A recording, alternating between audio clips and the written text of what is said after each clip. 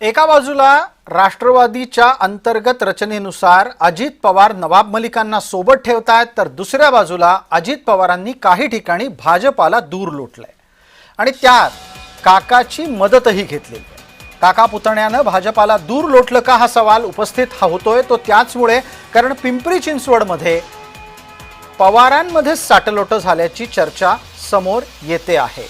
पिंपरी चिंचवडची निवडणूक लढण्याच्यासाठी शरद पवार आणि अजित पवारांचे समर्थक एकत्रितरित्या निवडणूक लढतील, तिथे भारतीय जनता पार्टी त्यांच्यासोबत राहणार नाही याची काळजी नीट घेतली जाते।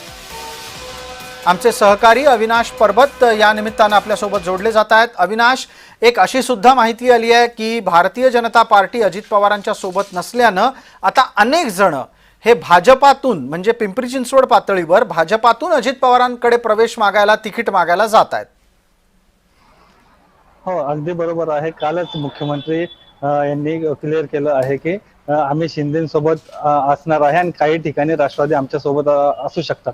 परंतु पिंपरी चिंचवडचं जर म्हटलं तर 2017 पूर्वी राष्ट्रवादी अर्थात अजित पवार जे आहे त्यांचा 15 वर्ष तब्बल पिंपरी चिंचवड शहरावर जे आहे ते एक हाती सत्ता होती आणि त्यानंतर 17 नंतर जे आहे ते 5 वर्ष भाजपने आपली सत्ता इथं एक हाती आणली होती। परंतु असं असताना शहराचा जर विचार केला तर राष्ट्रवादी अर्थात अजित पवारांचं आणि भाजपचं वर्चस्व जे आहे ते पिंपरी चिंचवड शहरामध्ये मोठ्या प्रमाणामध्ये आहे। जर अगदी मला अविनाश याच निमित्ताने एक पटकन असा प्रश्न विचारायचा आहे की तिथे तुल्यबळ लढत असेल का, आणि तशी लढत खरोखरच तुल्यबळ पद्धतीनं लढली गेली तर मग शरद पवारांचं वजन जर अजित पवारांच्या पारड्यात गेलं तर त्याचा काही फायदा होईल अजित पवारांना?